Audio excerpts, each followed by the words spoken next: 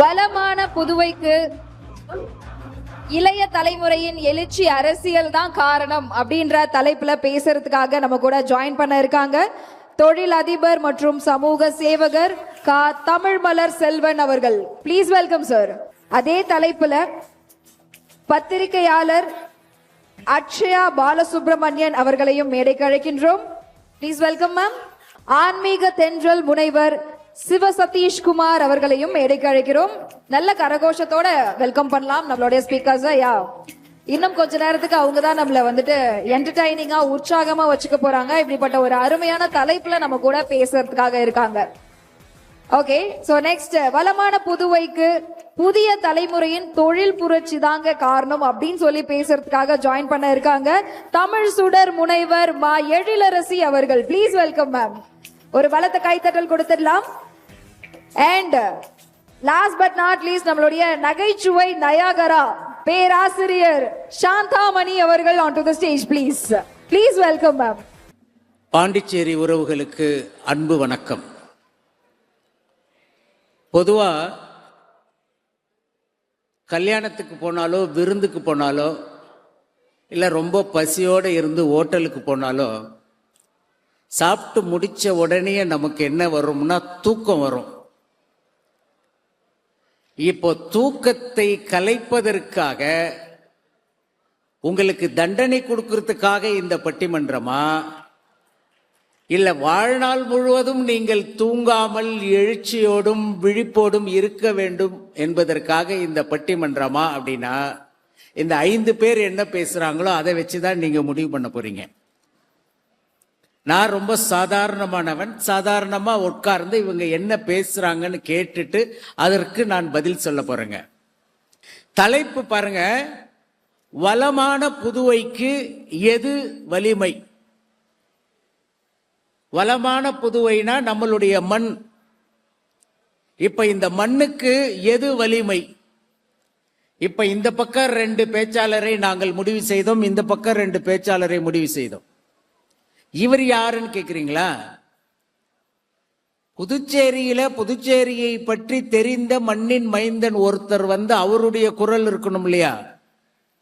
மண்ணின் மைந்தனுடைய குரல் ஒருத்தர் வேணும் அப்படின்னு நாங்க தேடினதுல இவர் இளைஞராகவும் இருக்கிறார், தொழிலதிபராகவும் இருக்கிறார், அரசியல் ஆர்வம் உள்ளவராகவும் இருக்கிறார். அதனால இவரை நாங்க இந்த பட்டிமன்றம் தொடங்குவதற்கு முன்பு சிறப்பு பேச்சாளராக ஒரு 7 நிமிடம் நீங்க உங்க கருத்தை சொல்லுங்கன்னு சொல்லியிருக்கிறோம். என்ன தலைப்புங்க? இளைய தலைமுறையினுடைய எழுச்சி அரசியலா? இன்னைக்கு இளைய தலைமுறை முதலில் பாரதி சொன்னானே, நிமிர்ந்த நன்னடை நேர்கொண்ட பார்வை, அது மாதிரி இருக்கிறாங்களா? ராத்திரி முழுக்க செல்போனை பார்த்துட்டு கண்ணாடி போடாமல் பாடப்புத்தகத்தை படிக்க முடியாத குழந்தைகளை பெற்ற தாய்மார்கள் தான் இங்கு இருக்கிறீர்கள். நான் பொய் சொல்லலைங்க. ஆப்தமலாஜிஸ்ட் என்று சொல்லக்கூடிய கண் மருத்துவரை பார்க்க வருகிற கண் நோயாளிகளில் 95% 20 வயதுக்கு உள்ள குழந்தைகள். அப்ப இன்னைக்கு இளைய தலைமுறை வந்து நேர்கொண்ட பார்வையோடு செயல்படுகிறதானா? செயலிங்க. கல்லூரிகளின் வாசலில் தான் கஞ்சா சாக்லேட் முதற்கொண்டு போதைப் பொருட்கள் விற்கிறது. நான் இங்க பாண்டிச்சேரி பல்கலைக்கழகத்தில் சட்ட விழிப்புணர்வு வாரம் போன மாதம் கொண்டாடினாங்க. சிலர் பார்த்திருப்பீங்க பேனர்லாம். அங்கு பேச வந்த போதுங்க நிறைய கல்லூரி மாணவர்களை அழைத்திருந்தார்கள் பார்வையாளரா. ரொம்ப முக்கியமான சப்ஜெக்ட் சட்டம். அதை குறித்து உங்களுக்கு என்ன தெரியணும்னு நான் கேட்ட ஒரு குழந்தைய, அம்மா எங்களுக்கு மனோன்மணியனார் வந்து நீராறும் கடல் உடுத்த பாடி கொடுத்தாரு, ஆனா உலகத்தமிழ் மூதறிஞர் பாரதிதாசன் உங்களுக்காக தனியா ஒரு தாய்மொழி வாழ்த்தை கொடுத்திருக்கிறாரு. ரொம்ப போராட்டத்தில் கிடைச்சதுங்க. அந்த வரலாறு எத்தனை பேருக்கு தெரியும்னு தெரியல. அறிஞர் அண்ணா அவர்கள் முதல்வராக வந்த பிறகுதான் மனோன்மணியனார் எழுதிய நீராறும் கடல் உடுத்த பாடலே தமிழ்த்தாய் வாழ்த்தாக மாறியது. அவரை தொடர்ந்து அவர் சார்ந்த இயக்கத்தை சார்ந்த ஆட்சி இந்த மண்ணில் நடந்த பொழுதுதான் பாவேந்தரனுடைய பாடல் தாய்மொழியாக உருவானது. இதை நான் சொல்லிட்டு உங்க நாட்டுடைய தேசிய பறவை எதுன்னு கேட்டங்க. கிங்ஃபிஷர்னு சொல்றாங்க. ஏன்னா இந்த மண்ணின் தேசம் முழுவதும் அவர் கண்களில் பார்த்த ஒரு பறவை அவர்களுடைய மனதில் அவரை அறியாமலேயே பதிந்து விட்டிருக்கிறது. அதனால்தான் மூதறிஞர்கள், இறை நம்பிக்கை உள்ளவர்கள், ஆன்மீக பெரியவர்கள் ஒருவரை ஒருவர் சந்தித்துக் கொள்ளுகிற பொழுது வாழ்க வளமுடன் என்று சொல்லித் தருகிறார்கள். வாழ்க வளமுடன் என்று சொல்லித் தருகிற பொழுது தன்னை அறியாமலேயே உடலிலும் மனதிலும் சில மாற்றங்கள் ஏற்பட்டு நாம் நீண்ட ஆயுளோடும் சிந்தை தெளிவுடையவர்களாகவும் வாழுகிறோம். அப்போ இளைய தலைமுறை முதலில் எழுச்சியாக இருக்கிறதா என்றால் இல்லை, சோர்ந்து போய் இருக்கிறது. நான் ஒரு மருந்து சொல்லுவேங்க, நீங்க என்ன டாக்டரா மருந்து சொல்றதுக்கு அப்படின்னா, சித்தர்களுடைய மருந்து தாங்க உலகத்திலேயே சிறந்த மருந்து. ஆனா அந்த மருந்தினுடைய ஃபார்முலா அவ்வளவா யாருக்கும் தெரியறதில்லை.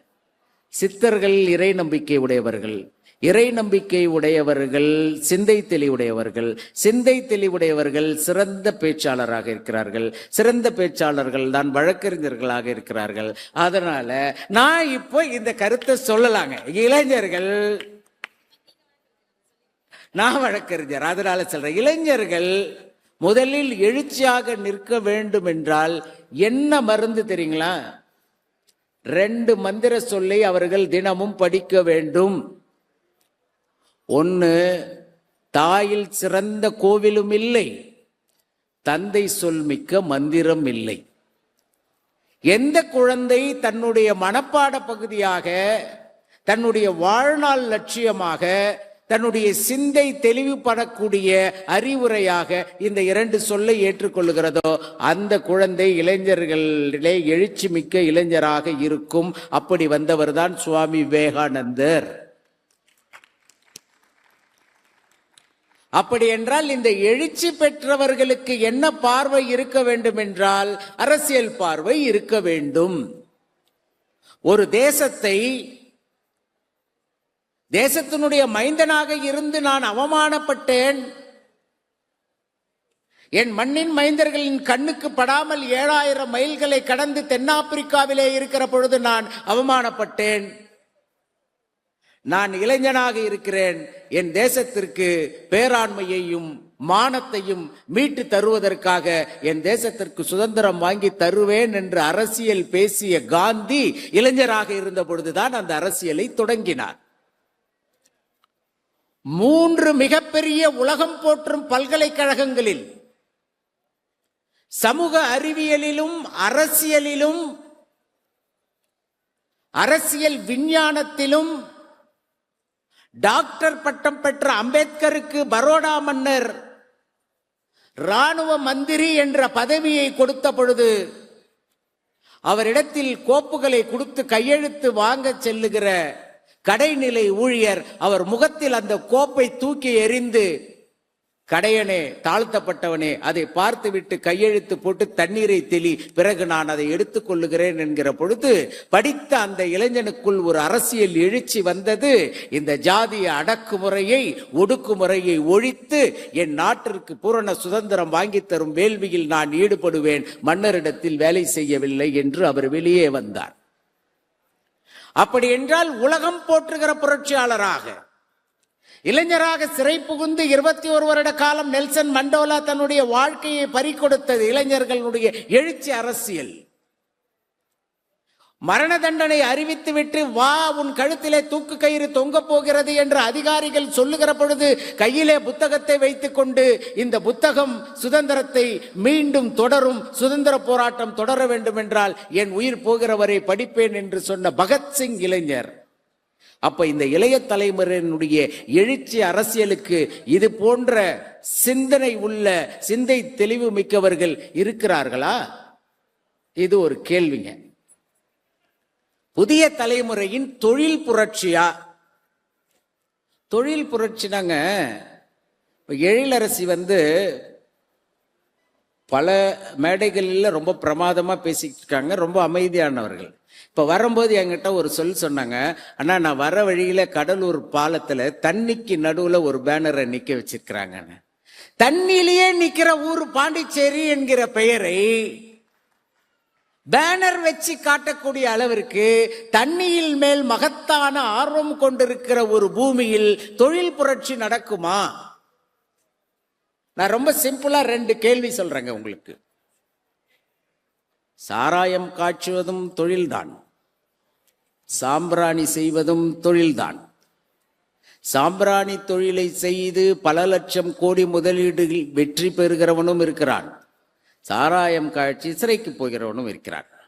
தொழில் புரட்சி எது என்றால், ராஜஸ்தானில் உள்ள பிலானி பல்கலைக்கழகத்திலே படித்துவிட்டு ஒரு மாணவன் MBA தங்க பதக்கம் பெற்றுவிட்ட பிறகு அமெரிக்காவில் இருக்கிற ஊஸ்டன் பல்கலைக்கழகம் அவனுக்கு $7 லட்சம் வேலை தருகிறேன் என்று ஒப்பந்தம் கையெழுத்தப்பட்ட பொழுது ஆஸ்திரேலியா நிறுவனம், நாங்கள் 11 லட்சம் ஆஸ்திரேலிய பணம் தருகிறோம், நீங்கள் எங்கள் நிறுவனத்துக்கு வாருங்கள் என்று சொன்ன பொழுது அவன் 2ஐயும் யோசித்து விட்டு ஒரு முடிவு செய்தான். நண்பர்களே, தொழில் புரட்சி என்றால் என்னவென்பதை நான் சுருக்கமாக சொல்வதற்கு இந்த கருத்தை சொல்லுகிறேன். எங்க பாட்டி செஞ்ச இட்லி வியாபாரத்தை நான் செய்ய போகிறேன் என்றான். எல்லாருக்கும் ரொம்ப அதிர்ச்சி. MBA கோல்டு மெடலிஸ்ட் வாங்கியிருக்கிறான், போனா கார் கொடுக்க போறான், பங்களா கொடுக்க போறான், கிரீன் கார்டு கொடுக்க போறான், $7 லட்சம் கொடுக்க போறான், அவன் 10 லட்சம் ஆஸ்திரேலியா தர போறான், இவன் போய் இட்லி செய்ய போறான்னு. ஒரு வருடம் ஓடியது நண்பர்களே. இட்லி வியாபாரம் செய்த அந்த MBA மாணவன் இன்றைக்கு இந்தியாவிலே 17வது மிகச்சிறந்த கோட்டீஸ்வரனாக இருக்கிறான். இட்லி விற்கிறதுனாலும் கூட புரட்சி ஒன்று தெரிந்தால், டெக்னிக் ஒன்று தெரிந்தால் அதை விற்று விடுவார்கள். நான் சமயபுரம் கோயிலுக்கு சென்றிருந்தேன். இதுதான் என்னுடைய கடைசி விளக்கம். சமயபுரம் கோயிலுக்கு சென்றிருந்தேன். ஒரு குறத்தி வந்துச்சு. அந்த குறத்தி என்ன சொல்லுச்சு, ஜி டிவியில் நீங்கள் பேசுறீங்க, நாங்கள்லாம் கேட்போம், யூடியூப் வச்சு பார்த்துக்கிட்டே இருப்போம், அவங்களும் நல்லா பேசுகிறாங்க, இவங்களும் நல்லா பேசுகிறாங்கன்னு என் கூட ஒருத்தரை பார்த்துட்டு 2 டஜன் வளையல் கொடுத்தாங்க. உடனே அந்த பேச்சாளர் சொன்னாங்க, 2 டஜன் வளையலை எனக்கு சும்மா கொடுத்துட்டேன்னா உனக்கு எப்படி லாபம் வரும் அப்படின்னு. இல்லைங்க, நான் நல்லா இருக்கிறேங்க, காடு இருக்குதுங்க, மேடு இருக்குதுங்க, துறவு இருக்குதுங்க, மாடு இருக்குதுங்க, ஆடு இருக்குதுங்க, பேங்க்ல பணம் இருக்குதுங்க அப்படின்ட்டு சொல்லிக்கொண்டே அது ஒரு போனை எடுத்து செல்ஃபி எடுத்துக்கிறேன்னு சொல்லிச்சு பாருங்க. அது நான் வைத்திருக்கிற போனை விட அடுத்த இது 1,25,000 ரூபா, அந்த அம்மா வச்சிட்டு இருக்கிற போன் 1,70,000 ரூபா. எனக்கு ரொம்ப ஷாக் ஆகி, நான் பேச்சாளரை கொஞ்சம் நில்லு, இந்த அம்மா கிட்ட பேசலான்னு சொல்லிட்டு, உனக்கு என்னம்மா வருமானம் அப்படின்னு. ஒன்றும் இல்லைங்க, திருவிழாவில் ஒரு ஜோடி 100 ரூபான்னு விற்போங்க. இந்த வேண்டிக்கிட்டு போடுறவங்க, சாமிக்கு சாத்துறவங்க 5 ஜோடி வாங்குவாங்கங்க, கர்ப்பமாக இருக்கிறவங்க 2 ஜோடி வாங்குவாங்கங்க, சிமந்தம் பண்ணுறவங்களுக்கு 20 ஜோடி எத்தனை ஜோடிமா விற்ப அப்படின்னா, என்னங்க ஒரு 10 நடையா வீட்டுக்கும் அதுக்குமா போயிட்டு வந்தால் ஒரு 1000 ஜோடி விற்பாங்க.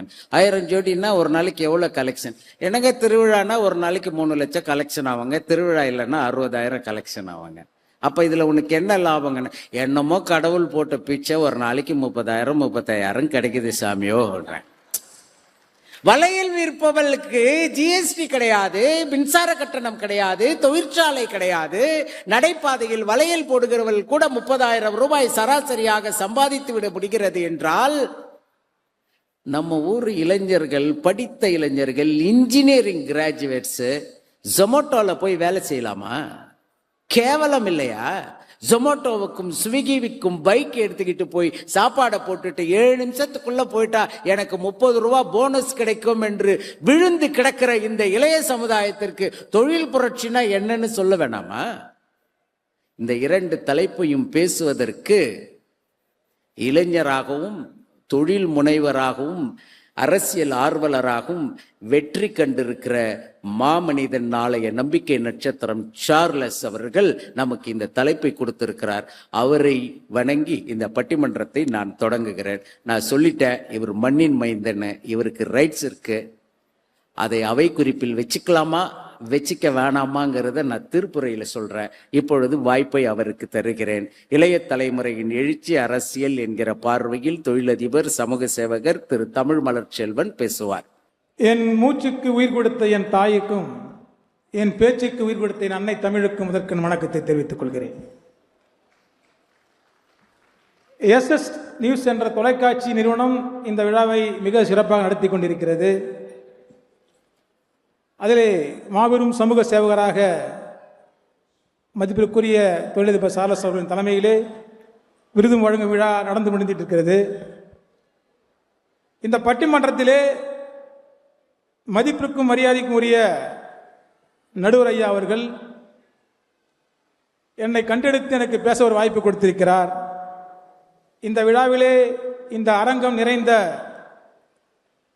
அனைத்து நல் உள்ளங்களுக்கும் என் வணக்கத்தை தெரிவித்துக் கொள்கிறேன். மேடையிலே அமர்ந்திருக்கிற மதிப்பிற்கும் மரியாதைக்கும் உரிய நடுவர், சட்டப்படிப்பிலே ஆய்வு பெற்றவர் மற்றும் புலவர், தமிழ் சுவைஞர் என்றெல்லாம் பல்முக வித்தராக அமர்ந்திருக்கும் நடுவர் ஐயா அவர்களை வணங்குகிறேன். மற்றும் மேடையிலே வீட்டிற்கும் என் அணியை சார்ந்தவர்களும் எதிரியை சார்ந்தவர்களும் அவர்களுக்கு முன்னால் பேசுவது என்பதே எனக்கு பெரும் பாக்கியம். ஏனால் பசிக்கு அவர்கள் தமிழையே புசிப்பவர்கள், ரசித்து ருசிப்பவர்கள், அதிலேயே வசிப்பவர்கள். அவர்கள் முன்னால் இந்த அடியேன் ஒரு சிறுவனாக வந்து இங்கு பேசுவது என்பது இதயம் படபடக்கிறது. முதல் மேடை அல்லவா பட்டிமன்றத்திலே கருத்துக்கள் ஆழ்ந்து புதைந்திருக்கிறது. அதை எப்படியே வெளியே கொண்டு வந்து நா வழியாக காது வழியாக உங்கள் காதுகளுக்கு செலுத்துவது என்று தெரியாமல் கொஞ்சம் தடுமாறுகிறது. பதட்டம் பலரையும் தடுத்துவிடும், பலத்தையும் உடைத்துவிடும். அந்த மாதிரி பதட்டத்திலே இப்ப நான் இருந்து கொண்டிருக்கிறேன். அந்த பதட்டம் எப்படிப்பட்டது தெரியுமா? ஒருத்தர் 10 மாடி கட்டடத்தின் மேல ஒரு கட்ட மேல உட்கார்ந்துகிட்டு யோசிச்சுட்டு இருக்கார். அவரை பார்த்து பரபரப்பா ஒருத்தன் ஒடியாரான்.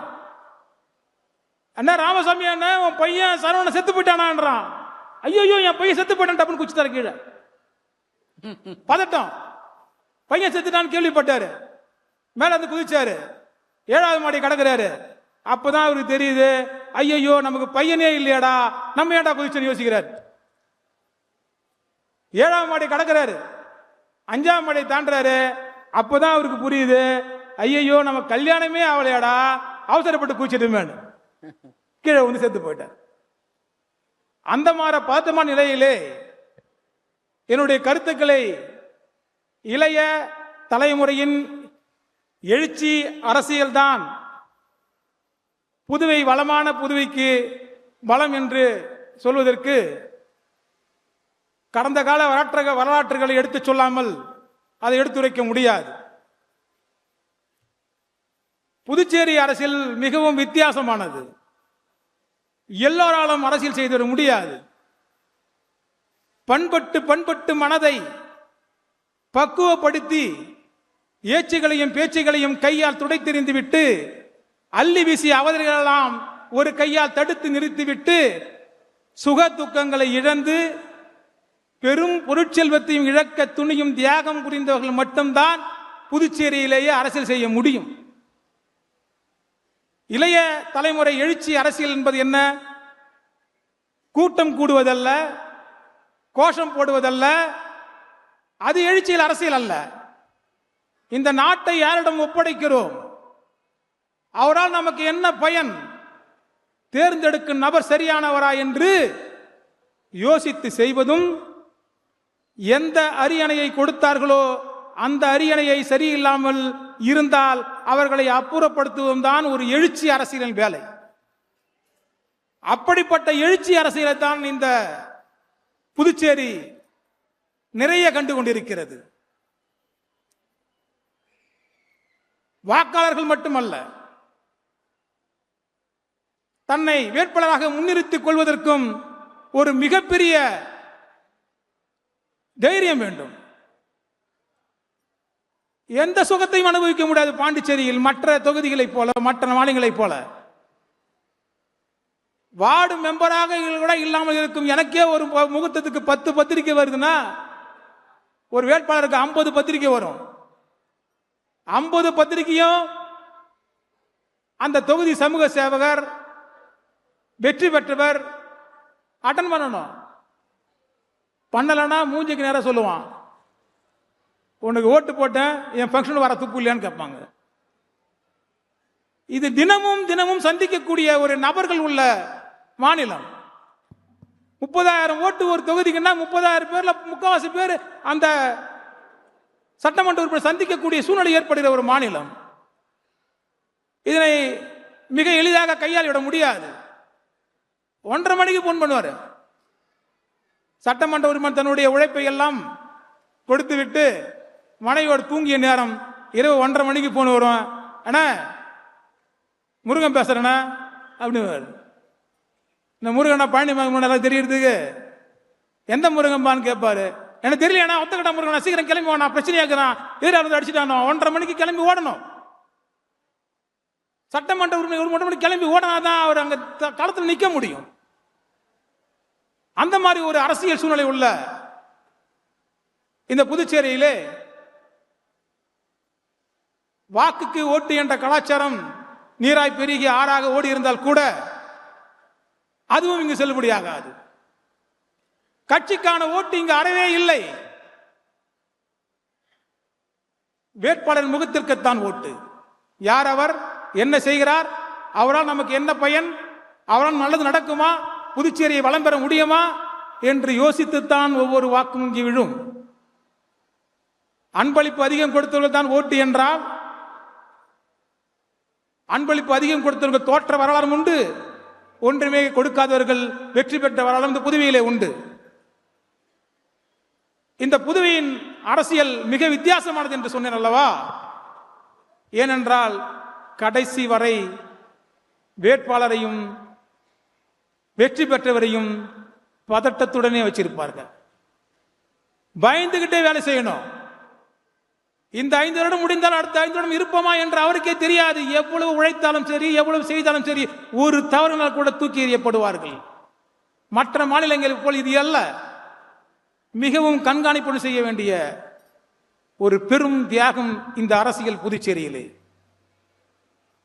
அரசியல் வரலாற்றை திரும்பி பார்க்க வேண்டுமானால் 2 முறை சிறந்த முதல்வராக தேர்ந்தெடுக்கப்பட்ட காங்கிரஸ் கட்சியில் இருந்த ஐயா என்ஆர் அவர்கள் உட்கட்சி பசலால் தூக்கப்பட்ட பொழுது, தூக்கி எறியப்பட்டு போது 2 மாதங்களில் கட்சி ஆரம்பித்து அவர்கள் அரியணையில் அமர வைத்து அழகு பார்த்ததே அதுதான் இளைய தலைமுறை எழுச்சி அரசியல். எப்படிப்பட்ட முதல்வர் அவர்கள். ஐயா முடிக்கலாம் ஐயா. அப்படிப்பட்ட முதல்வரையே தூக்கி எறிந்து விட்டு காங்கிரசுக்கு வாய்ப்பு கொடுத்தது. அதன் பிறகு மீண்டும் கூட்டணி வைத்த போது என்ஆர், பிஜேபி இவ்வளவு பெரிய கூட்டணிகள் இருந்தும் கூட 4 தொகுதிகளிலே சுயேட்சைகளை ஜெயிக்க வச்சது இந்த இளம் தலைமுறை அரசியல் எழுச்சியல். அப்படிப்பட்ட இளம் அரசியல் எழுச்சி தலைமுறையின் முன்னால் இங்கு இருக்கும் வரை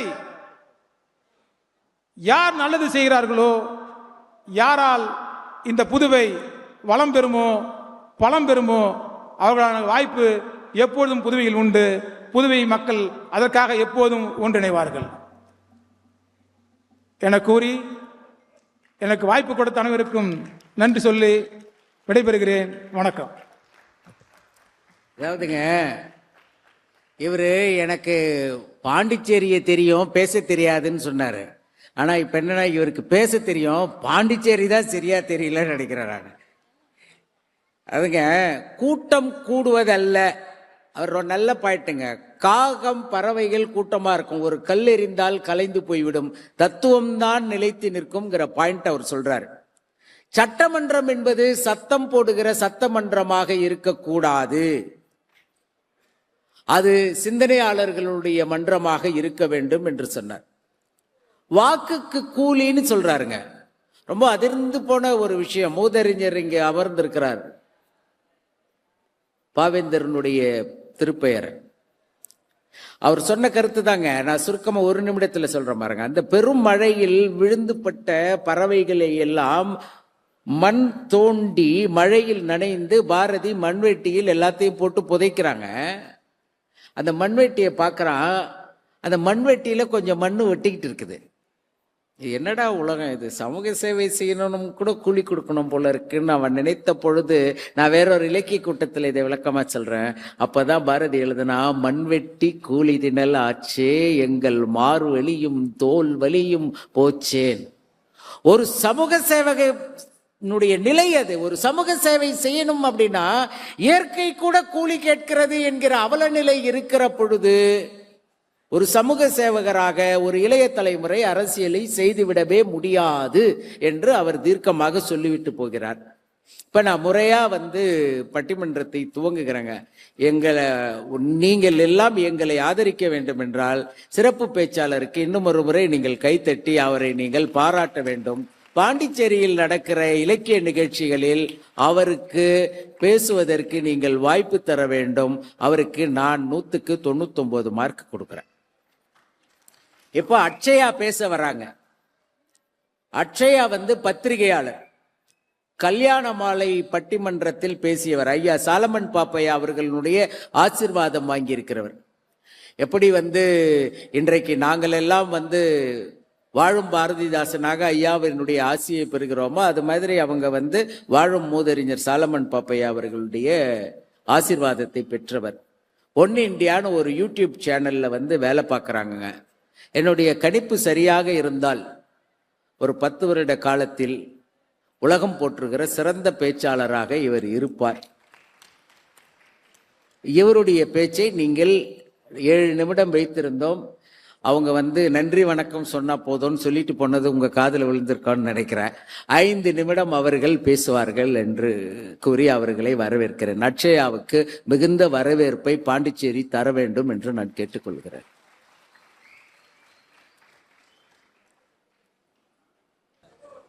ஆண்டுக்கு ஒரு முறை அயல் நாட்டு பறவைகள் வேடந்தாங்களுக்கு படையெடுக்கும். ஆனால் ஆண்டுதோறும் அயல் நாடு உள்நாடு என அனைத்து நாடுகளில் இருந்தும் வரும் மனிதர்களுக்கு ஆண்டு பூராக வேடந்தாங்களாக இருக்கும் புதுச்சேரி வாழ் சான்றோர் பெருமக்களுக்கும் நற்றமிழ் நாயகராம் நடுவர் விருந்தகைக்கும் பட்டிமன்ற பேச்சாளர்களான சான்றோர் பெருமக்களுக்கும் என் முதற்கண் வணக்கத்தை தெரிவித்துக் கொள்கிறேன். நடுவர் அவர்களே, தலைப்பு என்ன அப்படின்னா, வளமான புதுவைக்கு எது வலிமை? இளைய தலைமுறையின் எழுச்சி அரசியலா, புதிய தலைமுறையின் தொழில் புரட்சியா? சுலபமா சொல்லணும்னா, ஒரு மாநிலத்துக்கோ இல்ல நாட்டுக்கோ எது அவசியம்? அரசியல் வேணுமா இல்லைன்னா தொழில் வேணுமா? அவ்வளவுதான் கேள்வி. தொழில் அப்படிங்கிறது பிரம்மாண்டமான ஒரு கட்டடம் மாதிரி. பார்க்கறதுக்கு வேணா பிரம்மாண்டமா தெரியலாம், ஆனா அதை தாங்கி நிக்கிற அடித்தளம் தான் நடுவர் அவர்கள் எங்களுடைய அரசியல். எங்களுடைய அரசியலான அடித்தளம் இல்லைன்னு வச்சுக்கோங்களேன், அடித்தளம் ஸ்ட்ராங்கா இல்லைன்னு வச்சுக்கோங்க, அவங்களுடைய ஆட்டம் கொண்டு போயிடும் அவங்களுடைய தொழில். எங்களுக்கு முன்னாடி பேசிட்டு போன அண்ணன் எப்படி அறிமுகம் நடுவர் கொடுத்தாரு அப்படின்னாலே, புதுச்சேரியை சார்ந்த தொழிலதிபர்னு சொன்னார். தொழிலதிபரே அரசியல் தான்ப்பா முக்கியம்னு எங்க அணிக்கு வந்துட்டதுக்கு பிறகும் 2 பேர் எங்க அக்காங்க தைரியமா இல்லைங்க தொழில் தான் முக்கியம்னு எப்படி பேச போறாங்கன்னு தெரியல. ஏன்னா தொழிலதிபருக்கே தெரிஞ்சிருக்கு நடுவர் அவர்களே, அரசியல் தான் முக்கியம் அப்படிங்கிறது. ஒண்ணுல, அரசியல் என்பது வாழ்வியல். லாபத்தை மட்டுமே குறிக்கோளாக கொண்டிருப்பது தொழில், ஆனால் மக்கள் நலனை குறிக்கோளாக கொண்டிருப்பது அரசியல். ஆக மொத்தம் மக்கள் நல்லா இருக்கணும் அப்படின்னா அரசியல் தான் வேணும். நம்ம வீட்டை எடுத்துக்கலாம் அப்படின்னு வச்சுப்போமே, வீட்டை எடுத்துக்கிட்டோம், ஒரு கவர்மெண்ட் அண்ட் ஒரு வீடு, நம்ம 2த்தையுமே ஒப்பீடு பண்ணி பார்த்தோம் அப்படின்னா அம்மா மாதிரிதான் அரசியல்ங்க. அம்மா எப்பவுமே தன்னை தாண்டி தன்னுடைய குடும்பத்தினரையும் பெத்த பிள்ளைங்களையும் அவங்கள பார்ப்பாங்க. ஆனா அப்பா தொழிலதிபர்னு வச்சுக்கலாம். ஃபர்ஸ்ட் காசு, தொழில் அப்படின்னு. அரசியல் என்றும் மக்கள் நலன் சார்ந்ததாக தான் இருந்திருக்கு. நம்ம இப்படி எடுத்துக்கலாமே, கரும்பலகை கூட இல்லாமல் கதவில் எழுதி பயின்ற ஆப்ரஹாம் லிங்கன் ஆகட்டும், அல்லது ஆற்றங்கரை அடுத்து இருக்கக்கூடிய பள்ளிக்கூடத்திற்கு ஓடத்திற்கு காசு இல்லாமல் படித்த லால் பகதூர் சாஸ்திரி ஆகட்டும், 10 மைல் நடந்தே சென்று படித்து பேராசிரியர் உதவியில் கல்லூரி படித்த அண்ணாவாகட்டும், இவங்க எல்லாரும் தேர்ந்தெடுத்தது தொழில கிடையாது நடுவர் அவர்களே, அரசியலை. காரணம் என்ன தெரியுமா? தொழில் எப்பவும் தன்னுடைய வறுமையை போக்கும், ஆனால் அரசியல் மட்டும்தான் நாட்டு மக்களையும் தன்னை சார்ந்த எல்லாரும் வறுமையிலிருந்து போக்கணும்னு நினைக்கும். அதனாலதான் அண்ணாவும் ஆப்ரஹாம் லிங்கனும் அரசியலை தேர்ந்தெடுத்தார்கள். தொழிலை பொறுத்த வரைக்கும் இப்ப நான் ஒரு தொழில போய் சேர்றேன் அப்படின்னா, அந்த தொழில் ஒரு வெற்றி அடைஞ்சது அப்படின்னா எனக்கு என்ன பலன்? அதுல ஒரு தொழிலாளியா இருக்கக்கூடிய ஒரு தொழிலாளிக்கு பலன் இருக்காது. ஆனா அரசியலில் ஒரு நாடு நல்ல நிலைமையில இருந்ததுன்னா அந்நிய முதலீடுகள் தேடி வரும், நாட்டு மக்கள் நல்லா இருப்பாங்க. நடுவர்களே, ஒரு திட்டம் நல்லா இருந்ததுன்னா அதுக்கு அடுத்த மக்கள் திட்டமா மாறும். இப்ப நான் ஒரு தொழிலதிபர் கிட்ட வேலை செய்யறேன், அந்த தொழிலதிபர் சரியில்லை, என்னால முதலாளியை மாத்த முடியுமா? முடியாது. அவரு ஏதாவது ஒண்ணு எடுத்து ஒரு வார்த்தை கேள்வி கேட்டுட்டோம்னா வீட்டுக்கு போன இன்னைக்கே என்னை வேலையை விட்டு அனுப்பிடுவாரு. ஆனால் அரசியலில் தலைவன் சரியில்லை என்றால் 5 வருடத்தின் உன் தலையெழுத்தையே மாற்றி காட்டுகிறேன் என்ற உரிமை மக்கள் கையில இருக்கு.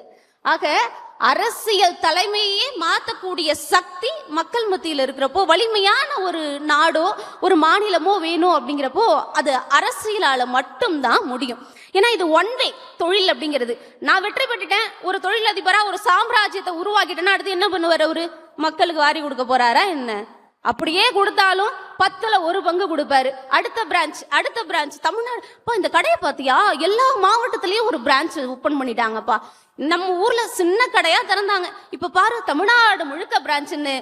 தொழில் வாழ்க்கை, தொழிலதிபர்களுடைய வாழ்க்கை என்பது நாட்டையோ மாநிலத்தையோ வளப்படுத்தாது. ஆனால் அரசியல் தலைவன் ஒருவன் சரியாக இருந்து இளைய தலைமுறை கையில் எழுச்சி அரசியல் வரும் பொழுது நாட்டு மக்கள் அனைவரும் நலமுடன் இருப்பார்கள். ஒண்ணுமே இல்ல, முத்துக்குமார் அவர்கள் ஒரு கவிதையில சொல்லியிருப்பார், மது குப்பிகளை மிளகாய் தூளுக்கு மத்தியில் மறைத்து வைத்து புதுச்சேரியில் இருந்து திறமையாக கடைத்து விடுகிறாள் கிழவி அப்படின்னு சொல்லிட்டு, ஒவ்வொரு பெண்களும் ஐயர் வாழும் வீதியில் கூட திறமையாக கருவாட்டை வித்து விடுகிறாள் பெண்மணின்னு. இப்படி ஒரு பெண்மணிகளுடைய வாழ்க்கை இந்த அளவுல இருந்தப்போ பெண்களும் எல்லா இடத்துலயும் வரணும்னு இடஒதுக்கீடு கொடுத்தது அரசியல் இல்லையா? அப்போ தொழிலை சட்டமா மாற்ற முடியாது, அரசியல்வாதிகளால் மட்டும்தான் சட்டம் இயற்ற முடியும். நம்ம ஒரு வீட்டுக்கு போறோம், ரெண்டல் அக்ரிமெண்ட் கேட்போம். ரெண்டல் அக்ரிமெண்ட் நம்மளும் போட்டு அவங்களும் சைன் பண்ணி கொடுத்து போவோம். அப்போ தொழிலதிபர்கள் இன்னைக்கு வேலையிலிருந்து வச்சுக்கலாம், நாளைக்கு தூக்கிடலாம். நாட்டை மாற்ற வேண்டும் என்றால் அரசியலால் மட்டும்தான் சாத்தியப்படும். புதுச்சேரியை வச்சே நான் அதுக்கு ஒரு சரியான உதாரணம் சொல்றேனே.